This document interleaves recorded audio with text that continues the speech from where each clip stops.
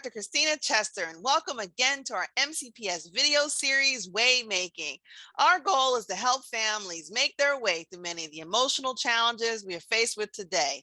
I have with me today Ms. Stephanie Wallace, who is the Supervisor of Social Work within the Office of Student Support and Well-Being. We will be discussing the role of the school social workers in providing mental health services to students. Thank you for joining us today. Thank you. It's great to be here. Well, we're glad to have you here. So for our first question, can you share what is the role of a school social worker and how do they support students in our schools? Well, that's a great question. School social workers wear many hats. We are first and foremost helpers. We figure out how to best support students with their feelings, behavior, and learning. Some social workers in MCPS provide supports to students as part of their individualized educational plans to provide strategies for managing their emotions at school. Other social workers in MCPS work with families of young children before they enter school through the Infants and Toddlers program to support the developmental skills and achieving milestones. The newest social workers in MCPS are available to any student. We're here to support the overall well-being of all students. We understand that returning to school post-pandemic can be difficult, and we're here to provide an added layer of support to make that transition a little smoother. Regardless of the type of social worker, we all work with teachers, families, and students to help plan interventions for students to be able to be more successful in school. We help with students' mental health by providing individual or group counseling, as well as parent support. While most of the time is spent in schools with students, sometimes we work on school and community-wide plans and initiatives to help all students.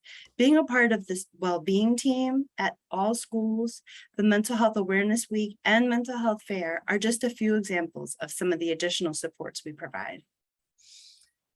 Great. Now, my next question is, so how is a social worker aware of a student that is in need of support? School social workers learn about students who need support from many sources. Sometimes teachers and counselors reach out to us. Sometimes principals or other administrators may ask us to speak with students. Sometimes parent community coordinator or even the PPW, the pupil personnel worker, will contact us about a student or family. And students and parents can directly reach out to us as well. Regardless of where the initial referral comes from, we do our best to have a thorough conversation about all students' needs as well as their current supports through the well-being team meeting, which we're all a part of. So let's say, so if I'm a parent, I'm watching this, or a student, I'm watching this. So how can a student and their family, get support from their school social worker? Yeah, so there are so many different ways that a student or a parent can be able to seek support from the social worker. Families can reach out to us directly by emailing or even calling the school.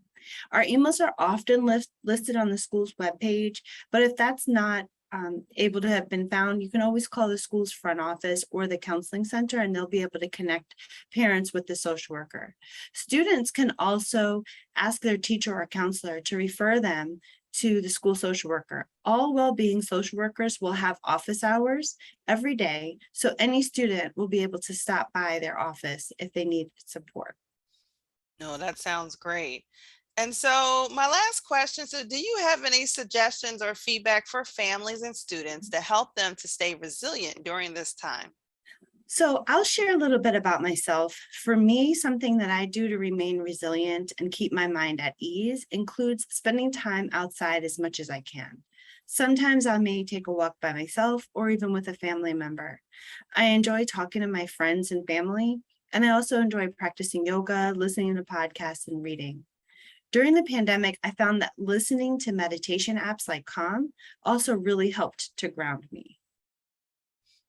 No, thank you for that feedback. And, definitely, being able to get outside and enjoy the nice fresh air is something that I know a lot of our audience members can relate to. And so We want to thank you, Stephanie, for your time to be with us today. And we want to thank our viewers for joining us for Waymaking. To send us additional questions or comments to talk about on the show, please visit the link on your screen. Also, please go to our YouTube playlist to find additional shows in our series.